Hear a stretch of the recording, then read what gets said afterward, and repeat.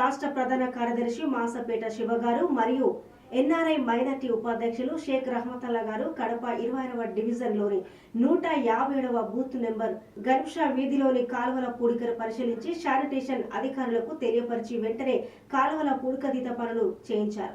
అలాగే మసీదు పక్కన రోడ్డు దగ్గర మరమ్మతులకు గురైన స్ట్రీట్ లైట్ ను పరిశీలించి వెంటనే విద్యుత్ అధికారులకు తెలియజేసి కొత్త స్ట్రీట్ లైట్ వేయమని తెలియజేశారు.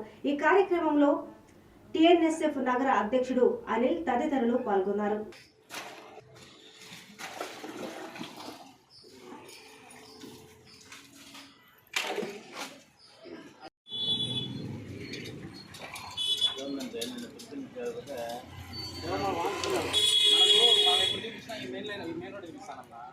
ఇది వాళ్ళ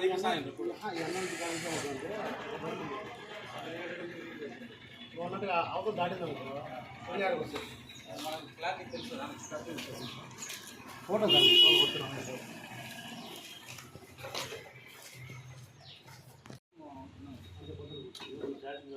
ఆడ అమూల్లో నీళ్ళు నిర్వహణ చూడు ఏం కావాలి మన ప్లేస్ వరకు మనం చెప్పారు చూపి మంది లేదు మండి బ్యాక్ సైడ్ సందు కదా